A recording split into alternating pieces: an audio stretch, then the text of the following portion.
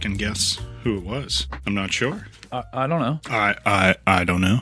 All right, so shall we dig in? Dude, let's dig in here. Let's break out the shovels and, Dig our own graves. dig our own graves. I don't know about yours. Mine's already dug, man. Why would you bury me? I'm alive.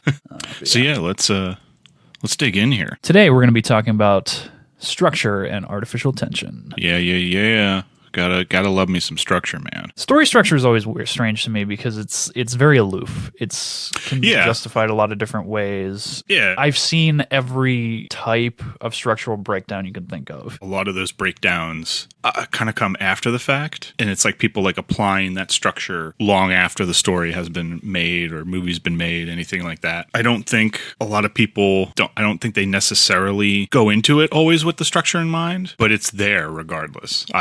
Which I think is strange. Yeah. Or some people are so good at it that they just don't even need to worry about structure. It's more just they know where they need to they know the moments and the scenes and the chapters that they need to hit and the character choices that they need to hit and where to put it. And with certain things, I think we've talked in the past about It's Always Sunny. It can be argued as really just controlled complexity because It's Always Sunny, it just kind of like unfolds into total chaos at certain points. Yeah. Really just controlled chaos. It's like even like, when this is the simple thing of like telling a joke, there's that setup and then there's the punchline, Yeah. So there is that inherent structure. Although I thought was it you that I was talking to, or maybe I was just listening to someone was saying probably wasn't me. I'm not very smart. That's not true. Someone was saying, I think jokingly, obviously, was just get rid of the setups, just give me the punchlines. And I took that like again. I think they were just kidding around, but I took that seriously for a second. I was like, I wonder, could you tell a joke without the punchline or without the setup or just? I think a good example of that is the last season of Arrested Development. Okay, but the other way around. It's all set up, and it's like they were planning another season where every joke that they set up was gonna land. Yeah. But that never happened. Like it was just like tee up of all these jokes. Yeah. And there's no punchline. And there's no punchline. That's interesting. Well, it just brings it just brought into my mind like, could it even work with just a punchline? I don't know if you could. Like, yeah, because you're dealing without any you're leaving tension that was never there. Yeah, there's that context, and it's like I kept trying to tell a joke in like just punchline form, and I was like, I just sound like an idiot saying stuff. Yeah. So yeah, it brought into the idea like, okay, so there is, whether we like it or not, I think there is somewhat of an inherent structure, or like this idea of knowing the points you got to hit and the moments you got to have in order to build a story or to tell one. Yeah. Now, how we do it, I think, is can be what we're going to get into. It can be very tight, compact, and quick. Yeah. Or it can be very classic or elongated and made through complexity into being like a whole 4-hour long extravaganza. Yeah, and we can get into like that, how like there really is like how structure, you can play around with it a lot. It's not just the classic one that we see a lot, specifically towards film. I would say a lot of this goes toward filmmaking, but I've noticed structure goes across any type of storytelling medium. I'd even think maybe even video games have it a little bit too. Yeah, I would say definitely. But yeah, so structure. I for the longest time would always be like, I wonder like where that whole, I'm sure that you've always, the 3-act structure, you've heard that before. Yeah. The classic hero on a journey story. And that seems to be like the most common way to like talk about it and express it, because that's something that I think at this point most people get and understand. Oh yeah, definitely. If we're talking specifically like for Western civilization, like Western culture, that is sort of the bedrock of our modern day storytelling. I do think there are some similar ancient different forms out there that don't really adhere to the 3-act structure. I'm not sure which. There also seems to be quite an evolution from the 3-act structure to what's most commonly described as the 5-act structure, which really just has more meat on both ends. Mm-hmm. And it's basically just more of an introduction and conclusion. Yeah. And I do find it interesting because even as I look at like I always try to say like, could I break this down, even if someone didn't envision it in a 3-act structure way? Yeah. Can I apply the 3-act structure to it, or can I at least see the elements of it on some scale working? Most of the times, yeah, I don't think I've really found any book, even if it's like an autobiographical book and it's nonfiction. And now, credit, I haven't read a lot of nonfiction as I have fiction. I am hard pressed to not be able to put that 3-act structure into it. Now, maybe it's because I want it to be that way, so it's possible. Someone could disagree. That's the other thing too. It's like a lot of the times you can see what you want to see, so to speak. Yeah. And if you're looking for it, you're gonna find justifications and reasons for something being 3-act or whatever you're particularly digging for. So yeah, again, take all things with a grain of salt. But I mean, there's a lot of validity to this structure, and it makes things easier to, like I've used this relation in the past. It's a way to see through the fog a little bit and cut through the noise and get your ideas down. Definitely. And as for our discussion, pretty much the bedrock of this one, and this is not a plug, we are not endorsed in any way by this. Not yet. Is one of the books that I had in grad school. It's called The 21st Century Screenplay by Linda Aronson. If you're looking to get into writing and just, it doesn't have to be screenwriting. I mean, this particularly gears itself more towards screenwriting, but I think you can apply it to any type of storytelling. I recommend it. Yeah. A longer book, but it's one of those that you only need to kind of read maybe the first half to get a grip on it, and then everything else is kind of pick and choose which chapters then, as she gets into more non-linear structures and away from the classic 3-act. But yeah, she gives down a little bit of cool history of where we or at least where we believe the 3-act structure comes from. It starts off way back in ancient Greece. You got the 5th or 4th century BCE. You're at the height of Athens' golden age, and this is where a lot of stuff. It's where a lot of golden philosophy comes from. Yeah. Where a lot of world history was recorded during that era up to that point. No, yeah, this is where anyone, Hippocrates, the Hippocratic Oath you get with medicine. These guys were there. Socrates, Plato, Aristotle. These are two particular guys we're going to talk about here real quick. Yeah, a lot of they consider this time the bedrock of Western civilization. This is where you have arguably the first known democracy in civilization. I mean, it wasn't a perfect one. It was certainly corrupt. Shocker. The immortal words of Socrates, who said, "I drank what?" But yes. So yeah, during this time, you had a lot of flourishing going on. And it's right after the defeat of the Persians. So Greece is kind of having staved off an invasion from the Persian Empire. There's some time, instead of having to worry about defense and war, there's more time being spent on things like philosophy, art, living, government, ethics, stuff like that. And I always thought it was interesting. All those useless things. Yeah, all those things. All those non-essential things that you don't need. Just leave them at the door. And one of the things Plato I think is interesting is that there was a time there where, and this is specifically, they were looking at tragedy from the Greek plays. He effectively feared tragedies and poetry and what they could do, because he thought that what he called the Dionysian element, referring to Dionysus, the god of wine and emotion and revelry. He thought that it created some sense of What's the word I'm looking for? Dread? Yeah, almost I want to say that he almost could confuse it as the earliest type of social media, if you want to call it that way. It gave. I love it. It awakens the catharsis that a good story can give you. It can awaken you to different viewpoints. Yeah, and it could cause you to think differently. And Plato was he kind of feared that. So there was this time where they actually recommended that any playwright have to submit their work to the rulers of Athens at first for approval. He was a bigger fan of. They had to go through the FCC. Oh yeah, the whole thing. Yeah, and you think about it. It's interesting. It's kind of the beginning. Even back then, there was this notion bureaucracy. Of, yeah, there was, and there was that notion of almost like a rating system. You could see the beginnings of the rating system and the controlling of what can some people view? Should this be viewable for the public? It was right there at the beginning of it too, or at least when we were started to record the history of drama and writing. Yeah. There it was, right there at the beginning. So it's Their really fault. Blame them.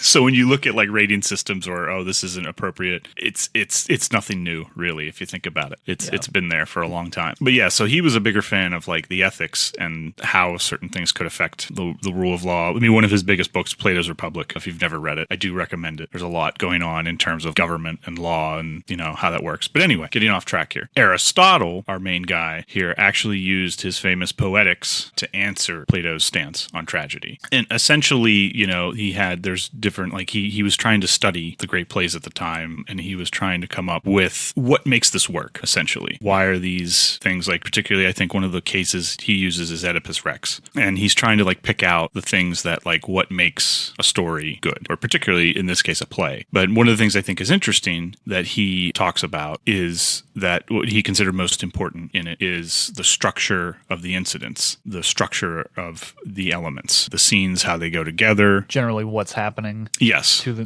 characters in the story. Yeah, he put plot as the number one thing. He put it in terms of his Poetics, his elements, he put plot as number one and then character. There's always a back and forth, I think, between those two, whether something is more based on character or something is more based on the plot. For him, though, it was definitely plot that was the main all be all. And particularly in tragedy, he noticed that like you had to have a certain build. There had to be a certain build because then when the moment came, that what he called catharsis was to its highest peak, and you had the greatest impact on your audience. And this is essentially where the whole hero on a journey 3-act structure, I don't want to say maybe invented, because it's possible it existed long before that, but this is the first time I think where someone actually took the time to define it. Yes, define it, look at it with a more, quantify it, give it like, okay, this does this, give it more of like a science to it. Yeah. Which I think is interesting. And ever since then, this has kind of become the bedrock of Western civilization storytelling, that 3-act structure,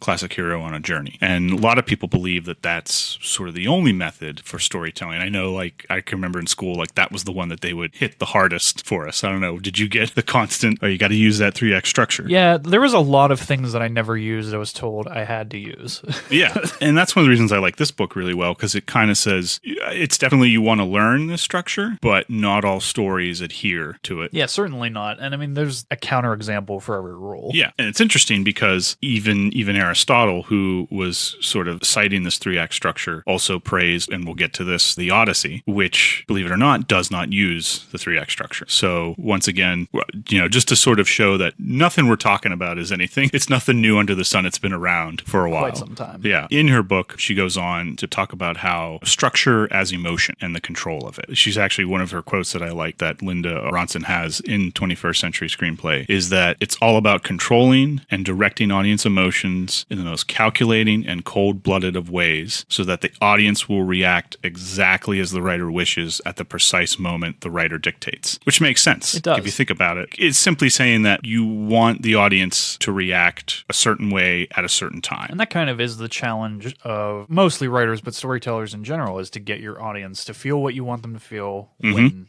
they're supposed to. Yeah. But audiences are inherently uncontrollable in that way. You don't know what anybody's past experiences are, and you're never gonna perfect them. No, yeah, exactly. You're never gonna get everyone. So you got to do your best. It's the pursuit and knowing that you're never gonna exactly hit the target, but getting as close as you can. Yeah, I think it's like that thing where like you make a movie or a story and it's like you take it real seriously, but then people end up laughing at it. It becomes a comedy. Exactly. Something that you never intended to be a joke, but will play as such. But will play as such too. Yeah, like you unintentionally made it that way. You're not sure, but yeah, that's or a joke that you intended to play that lands hell of a lot darker than you thought it was going to. Or doesn't land at all. Yeah, and that's essentially what I like. That definition of structure. I'm a huge fan of structure. I really enjoy writing to a structure as best I can, just because it helps me, and also because it's inevitably to some degree going to thread out. So the stronger it is, at its start, the stronger it's going to carry out. It helps me keep the editor in check in my mind when I'm writing. Yes, it's so hard for me to write without keeping that part of my brain quiet while I do it. I'll write the word "the" in a sentence, and I'll be like, "Why'd I use that word? That's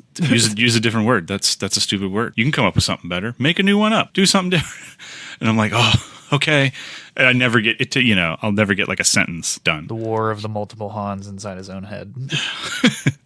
they come back later and they'll be using this for evidence. Yeah, this guy was clearly was on the edge. Listen to him. Yeah, it just, I really think that structure, that definition, I really like. For me, anyway, just structure as emotion, or how to control the emotion of an audience or a reader so that they're feeling the way you want them to feel. A story I always think about that does it really well just popped in my head right now. You've ever read Farewell to Arms with Ernest Hemingway's novel? I have not, actually. You could argue that the whole book, nothing's really happening up until the very end, up until not to give away spoilers, but it's because of that structure and like how quickly you're kind of just with the characters. And certainly Hemingway has this controversy. I'm not denying any of that, but the story I think still works in terms of the structure of it and how taking place. Essentially, the main character is an ambulance driver during World War I, and he ends up falling in love with a nurse after he's injured, and it's kind of like their back and forth relationship. It's just them existing pretty much in this time period, and then the final event, not going into it. You're kind of just meandering along with them, going through their daily lives, what they're dealing with, and then boom, you're hit at the very end. And I think that's the power of that, and proves like the structure of it, because it's like, oh man, had I maybe not gone through all this other stuff with them, I might not be feeling the way I am here in the last like 20 pages of the novel. And I think it just speaks to structure and how the controlling of that emotion. It kind of makes me think of Burn After Reading.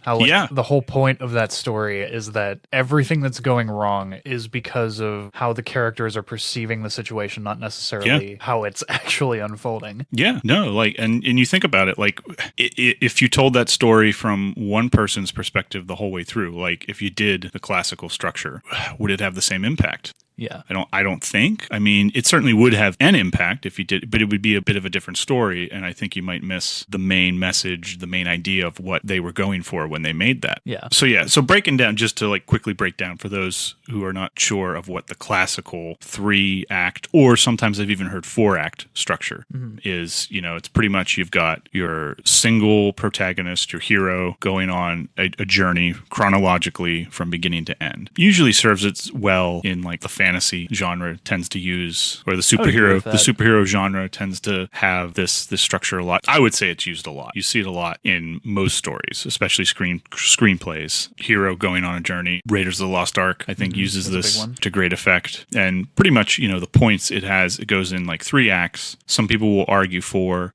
just to help break down that longer second act in it. But essentially, it's beginning, middle, end. You have first act is the setup, second act is the middle, is the progress of the story, the raising of the stakes, and then the third act is your climax and your resolution. You'll see tons of people break this down, like I think you mentioned earlier. Tons of different people have multiple ways of looking at this. Yeah, like I've heard the 5-act structure a number of times from people, and it really can be argued that is simply an extension of the 3-act structure. Yeah, I would say so, just because however you want to break it down to help you in your writing process, you can justify that. You can go ahead and do that because it's your writing process. Whatever makes the process easier and helps you be a better writer and be more creative, that go ahead. There's nothing wrong with doing that. I think I even saw someone use like a spreadsheet once, was trying to create like a formula using like a spreadsheet. I was like, wow. I was like, okay, interesting.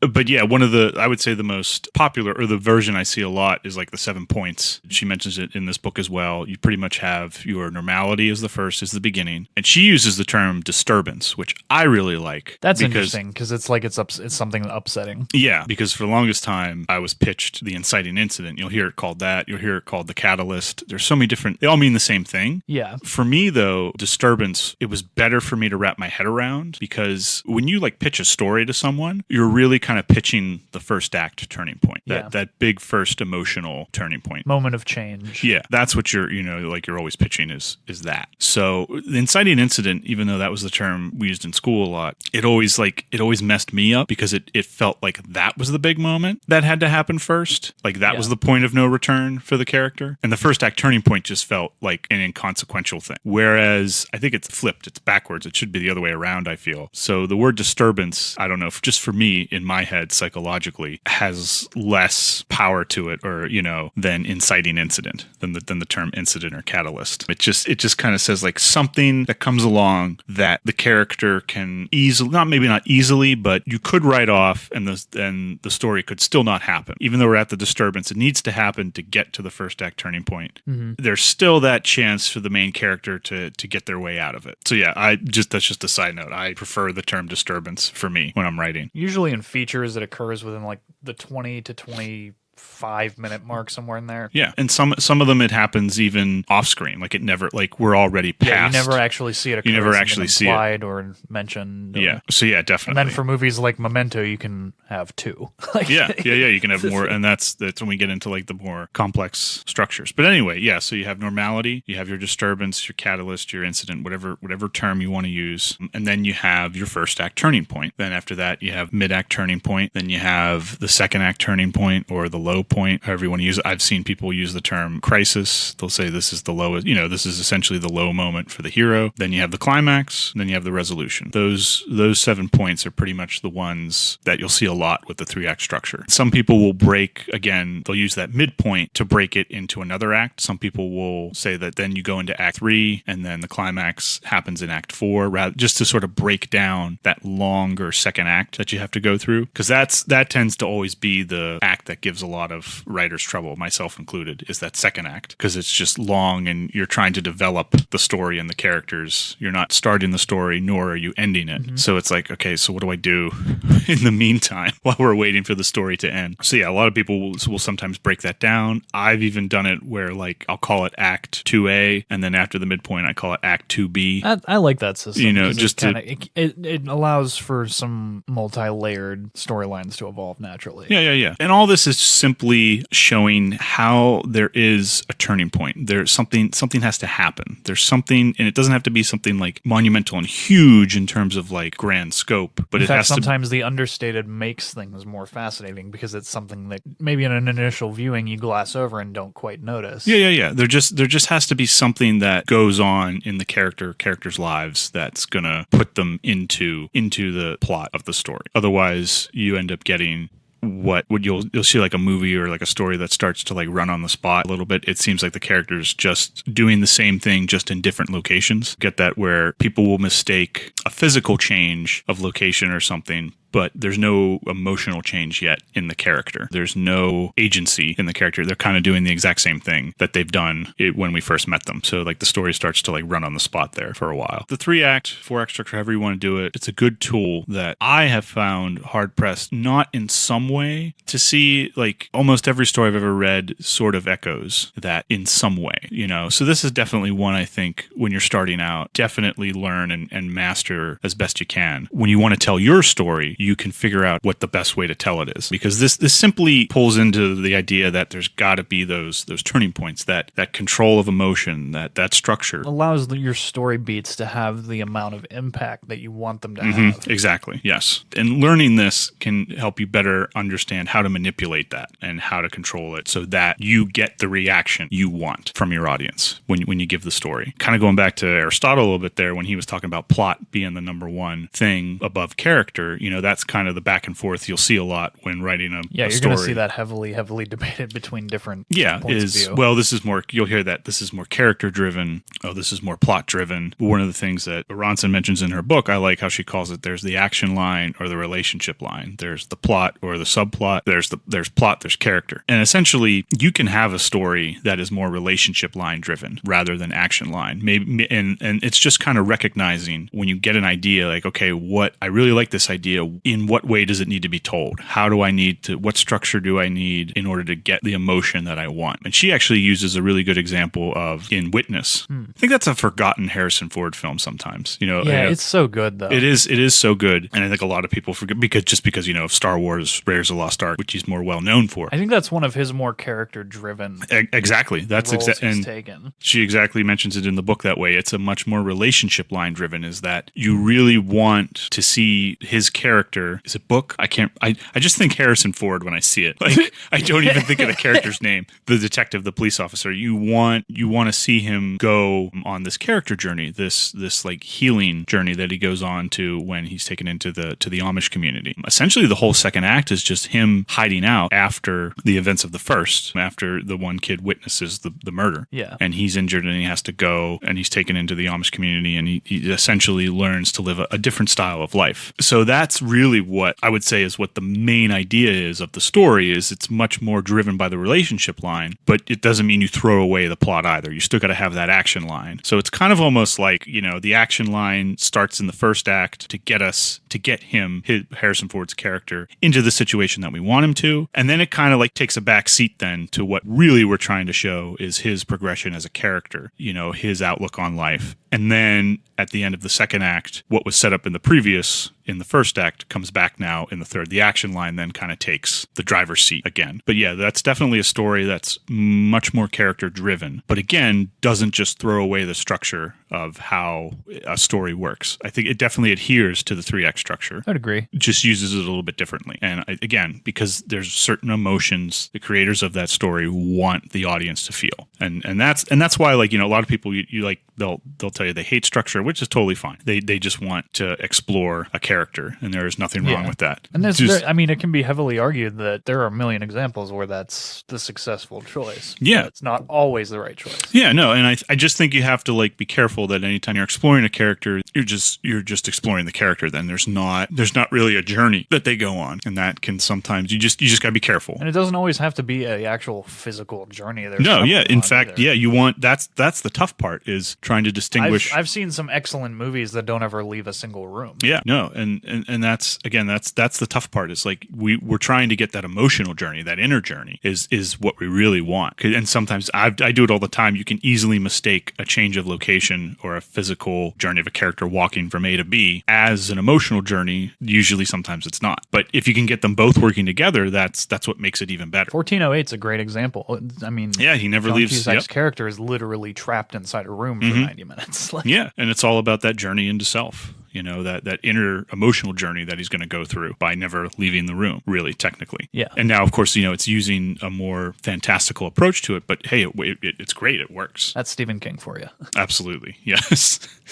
But yeah, so that's the 3-act structure. I would definitely say learn it, master it, because it does help you learn how to control emotion and get the audience reaction that you want. Yeah. But it's not always the answer to the story you want to tell. There are plenty of others. Yes. From Aronson's book, she calls it the parallel narrative. And she particularly comes up with 6 that she mentions, but pretty much says that there's probably more that we don't even know of, or that ones you could just create. This is the one thing I really like about it is it gives you that idea of that ability to play around with the parts of the story that It's essentially like here's the tools to your kit. Now just kind of build me something with it. Yeah. But yeah, there's certain stories that just like if you used it in that simple 3-act structure, it probably would fall apart. And a couple names she gives, she calls one a tandem narrative, a multiple protagonist, double journeys, flashback is a big one, consecutive stories. And then there's this hybrid, fractured form that she uses a lot. And each one of these has almost different subversions of their own. And I think it's more not that she's necessarily trying to come across these are the other structures. I think it's more just trying to show that, hey, you can almost create your own structure in it. And that almost every story, sometimes based on what idea you have and what story you're trying to tell, it's you have to know that and know what is it that you want your audience to get out of it. What does, when you have your idea, what does the story demand? Is this a more character-driven story? Is this a simple hero and a journey story? That's what a lot of people tend to lump that in as just generally theme, and that's a word everyone loves to throw around. But I think what people intend when they say theme is far more multifaceted than that. Yeah, no, definitely. It's just knowing that when you have a better grip on the classical structure, you can then look at a story and you can come up with an idea and you can say, okay, I have this really cool idea, but it has a bunch of protagonists in it. And it only works if I have it with all those characters and I show you each of their stories. So you could look at it that way of okay, if I'm doing a film, I have to balance 10 heroes on their own 3-act journey, but I also have to give a reason as to why I'm showing you all of them. How am I going to do that? So it starts to invite you to be creative in how you make that story and how you tell it.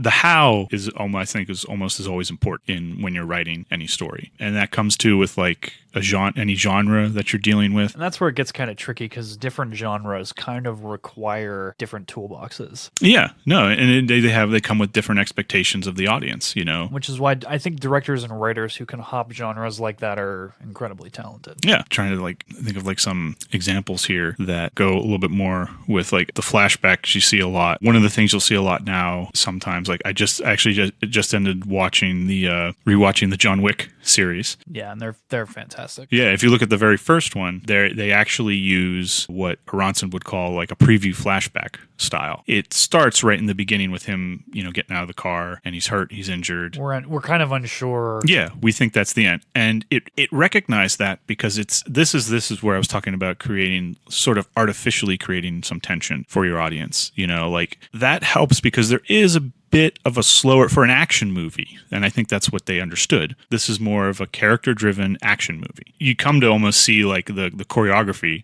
of the fight scenes, you know, just as much as you do the character journey. Yeah, and I think they understood that when they were making it, and they recognized that okay, for an action movie, a bit of a slow start. Like imagine if you told that straight from the beginning with John Wick and his wife Helen. It's not so much a peeling of an onion that way. Yeah, like you start from there and you just go chronologically. You do the classic because then hero you know on a everything journey about him, his whole past, you know what he's capable of, and nothing's really a shock. And then you're waiting for the story to finally get going. So there's a lot of backfill there, a lot of exposition that you have to get through, and then finally the story takes off after the Russian mafia comes in and steals his car, kills his dog. Spoilers if no one's seen the movie. But yeah, no, I think that if you look at that and you were to tell it that way, there's a long wait to get to that point. Again, you're dealing with an action movie, which is based on much quicker pace. You know, normally people are accustomed to a fast-paced action movie. Well, the first one especially, I love the way that it can build off of these incredibly somber, as you mentioned, somber moments for such a high-paced action movie. It can do both so well. Yeah, no, exactly, yeah. Just him sitting there with a phone reminiscing about his wife and everything that he's lost is as strong and impactful as him blazing through a club and just like being the Baba Yaga. Yeah, no, yeah. And there's a lot of character in it, which is interesting for an action movie because an action movie usually puts plot above the character. It goes more with the plot first because, you know, we're just, and it does have a little bit of character to it because that makes it, you know, you always want to have character there too because that's going to make your story better. But I would always say that the action genre tends to lean more towards plot being the number one element. Which is why sometimes with restraint in regards to character can be almost like making character somewhat a void, which I think that they do effectively with John Wick. The mystery in the earlier parts of the story about who he is and what he is is as much a driving force as actually learning and understanding. And then that's just, I think that's a good example of artificially using the structure to create more tension in the audience, controlling that emotion. You know, if you take out that first scene, if you take out the flashbacks, him and his wife, just show me this from beginning to end chronologically in the classic way. I might not get to the point where he then starts to go on his rampage of revenge. And it wouldn't have the same kind of impact. Yeah, it would not have the same kind of impact. Would it work? It's possible. I mean, it depends, you know.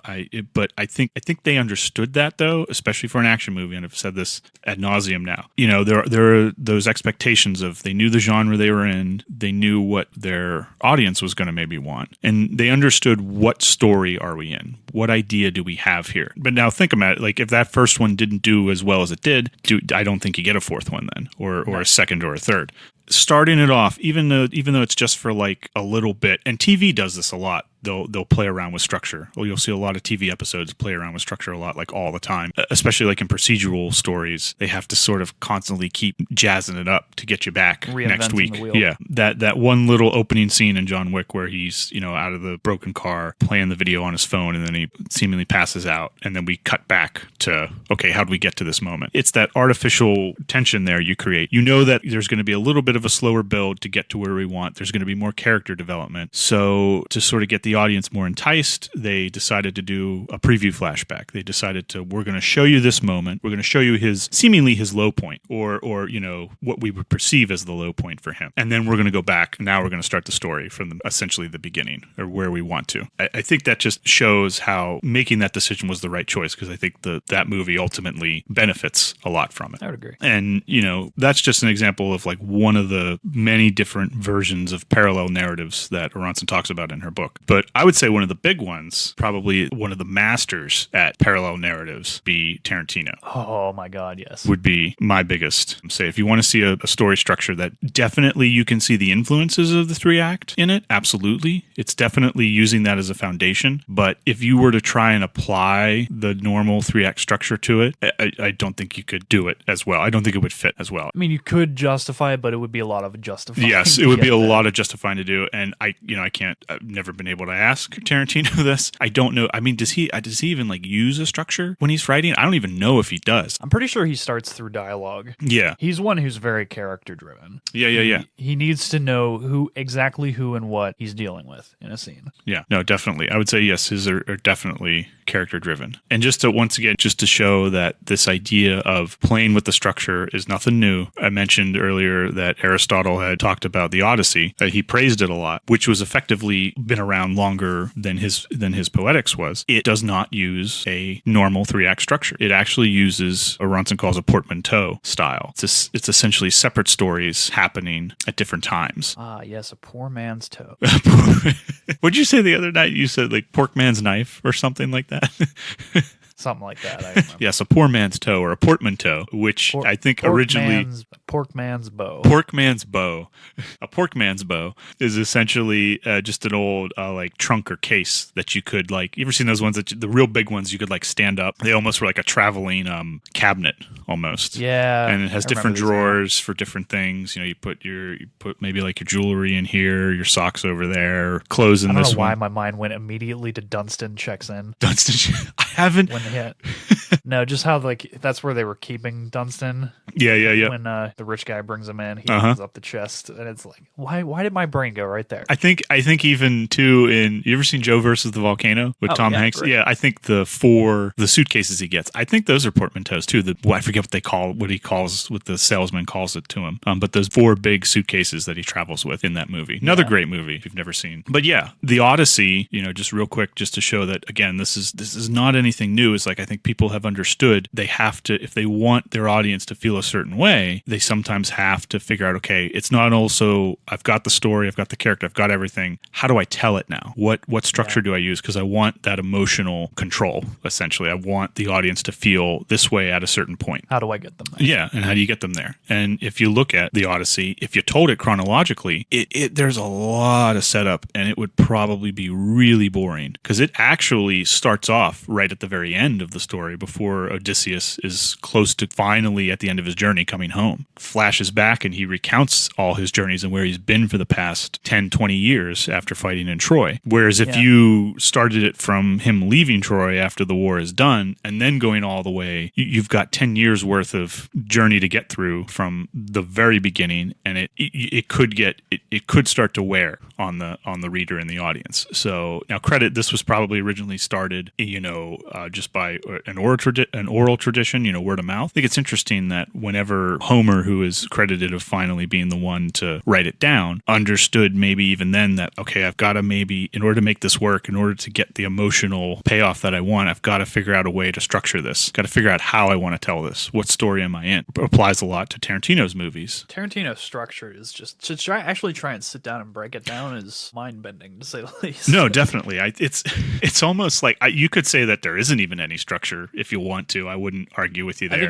I think you could easily justify that. That it's just a bunch of characters together and we just explore each character. I would agree with that. I still would say that, though, there is that control of emotion. There is that idea of knowing when I want certain moments to happen. So that would be my counter argument to that. I think Kill Bill is probably the one to hardest make that argument for, because I think Kill Bill kind of clearly has some definite structure going on. Yeah, no, definitely. But I think it does have that, a lot of flashback going on. Same thing with Reservoir Dogs, I would say. Yeah. But yeah. But I think Pulp Fiction is loose. I think Inglourious is pretty loose. Yeah. And Once Upon a Time is definitely It's loose. definitely loose, and that's why that at least Ronson uses the portmanteau label.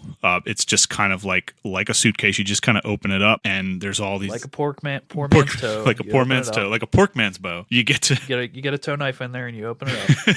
and there's just all these different little things that you can explore and look at. It's almost like a little puzzle box, I guess, would be maybe a better way to understand some of Tarantino's stories. You know, it's like, ooh, what's in this drawer? Oh, okay. And then when you've opened every drawer that you can find, looked behind every, zipper, then you look at the whole thing and it's like, oh, okay. So there is that inherent sense of mystery of like, where are we going with this? Oh, I got to keep exploring. It kind of invites maybe a little bit more audience interaction, I guess. Yeah. It doesn't really spoon feed it to you. Not to say that the 3-act structure always spoon feeds it to you, but it's not, it's not as familiar. So it kind of, makes you want to pay attention a little bit more. Its intangibility makes you want to try and grab onto it more. Yeah. It's not that classic, okay, hero on a journey. So if we want to even break down Once Upon a Time a little bit more here, spoilers for anyone who has not seen it, I highly recommend watching Once Upon a Time in Hollywood. Duck away now, hide. Yes. Run. If you're still with us, I'll assume then that you've watched it. And you should have, because it's a great movie. It Yeah. deserved all its pomp and circumstance it got. Yeah, no, I agree too. Inglourious Bastards has always been my favorite of Tarantino's movies. I really like World War II history. Speaking of Inglourious, I do have a note that I found interesting because I rewatched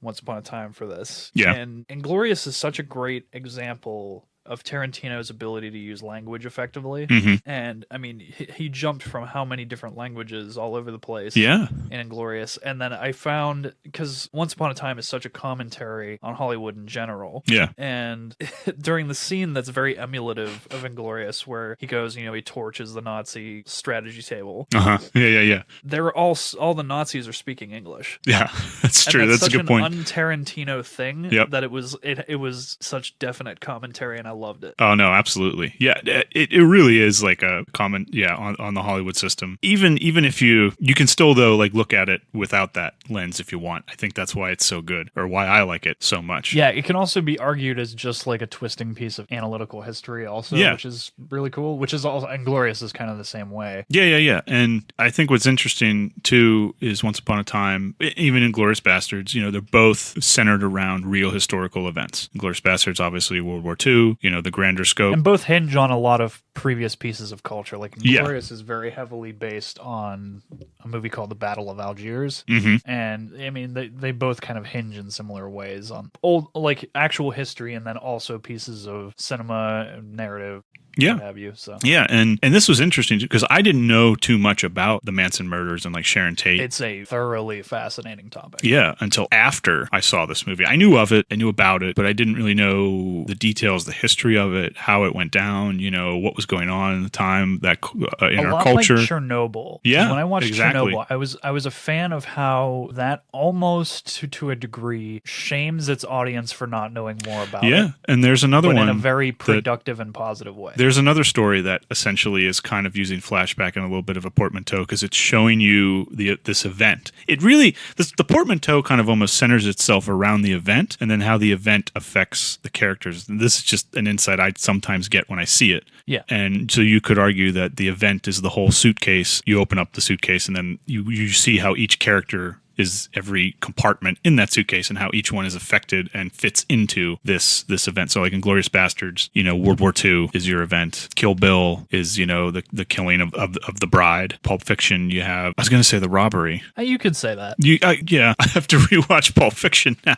I haven't seen it in a while. It's a good one. And that's another, Chernobyl, that's another one that sort of uses that because you're looking at it from multiple perspectives, multiple characters all dealing with this one sort of event that's going on. Yeah. And it even has that preview flashback. It actually starts off with one of the main scientists years after the event, sort of giving his recollection of it in his words, how he's going to recount the story. That one's fascinating from the standpoint of distortion of truths. Yeah, also. no, absolutely. No, another highly recommended. How the truth can often be just like this elusive, artificial topic, non-tangible in the air. Try and grab it because you can't. I don't know when I watched that for the first time, when the first responders would come back and their skin was all super red and burnt. Terrifying. Like that, like even my, like it was so good that my skin started to like I would, I would start to freak out and be like, oh God, why does my skin feel like it's burnt or burning right now? Yeah. And you really get the sense in that series of just like how close, like that event handled even slightly less professionally could have destroyed the world. Oh yeah, no, absolutely. Or it's definitely changed which it. is thoroughly like Lovecraftian and terrifying. Yeah, and it plays like a horror movie too, like is to its benefit. Even as a standpoint of history, it's like the only piece of Lovecraftian anything actually occurring in the real world. Again, it just speaks to that structure idea, that control of emotion. Now so they have more time to play out the story, but they do have to sort of pick the key moments that they're going to use. And if you think about it, if they changed the opening and didn't show, if they didn't have that preview flashback, would it work the same? It would definitely be different. If you told that chronologically from one character all the way through, there's a lot I think you're going to miss. Yeah. There's a lot you're not going to learn about the history of what happened. And I know, and I actually do commend them too. At the end, they did, I think, mention some of the things they changed just for the sake of telling the story. Yeah. Because a lot of historically based movies won't do that. Yeah, I've always found that interesting. It's like there's no atonement for that kind of thing. It's like distortion of history. Yeah. I mean, in most cases, not all cases, obviously not in Tarantino's case, but that type of thing is typically pretty minor. Like in Dunkirk, they changed to the Luftwaffe airplane because it was just more visually noticeably. Yeah. And that was such a minor thing. It's almost like doesn't really matter. Yeah. Stuff like that, I think, is easier to take too, especially if you're trying to go for a recreation. I mean, there's only so much you can do. With Once Upon a Time, you look at, it's essentially you have three protagonists. Leonardo DiCaprio's character, Rick Dalton. Cliff. You have Cliff Booth, Brad Pitt, and then you have Sharon Tate as Margot Robbie's character. And it's kind of interesting because I didn't notice it in theaters when I first saw it, but they really do kind of follow all three uniformly from the outset. Yeah, and I didn't even realize after I had rewatched it, it really, we only see 3 days of their life. And it really does feel like much more. Yeah, so, obviously so much happens. Yeah, so much happens. And like when I first watched it, I actually felt like I really felt like I followed them for months and months and months. Yeah. But really you only get to see 3 days. That's all they're showing. And I think the flashbacks tend to add kind of that, because there's a lot that's brought back from Cliff's backstory and like things that he went through with certain Kurt Russell's character particularly. It muddies the water in a good way that makes it feel bulkier. Like more has occurred. It's all in service to set up the final scene with Manson tribe coming to commit the murders. But instead, obviously Tarantino's kind of rewriting history a little bit here. And instead of going for the Sharon Tates and the Polanski house, they end up going for the Rick Dalton house because he comes out and yells at them while he's trying to make the margarita. Holding the blender full of margaritas at 1:30 in the morning. You can argue that the first and second act of this, if you look at it in a simple 3-act structure, which is tough to do, but you could argue that a lot of this is just this. It's one big setup and learning about the characters and their lives and what they want out of life and maybe what it's not for them. I think there's a good juxtaposition between like Dalton, Booth, and then Sharon Tate's character. How like it seems that Sharon Tate pretty much has or is on the path of getting what she wants out of life or what she wants her life to be. She seems to be the only one that's truly fully happy, I guess I would say. And you tell me what you think. Maybe I'm wrong there in my interpretation. No, I'd agree. But that adds to the tragedy of it. And I think that's what also makes it even better in the sense that like even the way he perceives and shoots her, there's a lot of scenes and moments that sort of hint at we know what happened in real life. So you could effectively say that she is already dead in the story, just the way, because like when she first arrives, when you first meet the characters, Rick and Cliff are driving, and then it cuts to the shot of her on the plane. Here she is soaring down from the skies. The car she pulls up in, the Polanski's car, it's got an angel or something that looks like an angel on the front. The what do you call that? The headpiece that you would put on the front like a motor car. My brain went immediately to Mrs. Doubtfire when she snaps the top of the Mercedes. Yes, that whatever they call that, it's in the form of something that looks like it has wings. And then even Lover Boy is here. And even when at the ending, after the horrible violence that happens, which I would argue this might be his least violent movie I think I've ever seen him make. It's like the wind up of the punch for him, because it's like Yeah. we've been so like seasoned to expect it from him that you like for the full first parts, like the whole almost the bulk of the movie, you're just watching the punch wind back. No, absolutely, definitely. And I think that's part of why maybe this, even though it's not nearly as violent as something like Kill Bill, I would say, for example, I think Kill Bill is up there for sure, especially that final sequence with the 88. Yeah, definitely. So like when I heard like some people like walked out on Once Upon a Time in Hollywood. In my screening at the theater, I saw a couple people walk out. You did? Okay. What was it at this part at the ending when I want to say it was around the time of the ranch. Okay. Oh, because I don't know why that particularly, but people just maybe too art house for some people. I don't know. Okay. I'm curious if like is it because that's when they realized who, like, obviously this is the Manson tribe and that's why they walked out? Maybe. I don't know. I'm curious to know why some people. I definitely heard other reports too of people leaving other screenings and stuff. Yeah, and I can't seem to figure out. It's a shame because I think it's an excellent movie. I do too, maybe as I'm well. The minority, but yeah, I think like if the violence is one of the reasons, I would say it's probably his least violent film I think I've ever seen him make. It's just that slow burn of just like basically the setup of meeting each character and having their autonomous stories go out through the course of the 2 days prior to the events of the potential murders that planning they try to commit for the flamethrower. Yeah, no, planted. Yes, exactly. That flamethrower planted in the very beginning comes back at the very end. And then when there's a very short sequence too where Cliff goes out to the shed, and it's just very subtly nodded that it's in there. Yeah, when he's going out to fix the antenna. Yeah, they tilt down for just a second, but it's like definitively nodded that it's there. Again, I think that's what makes it. It's that pork man's bow.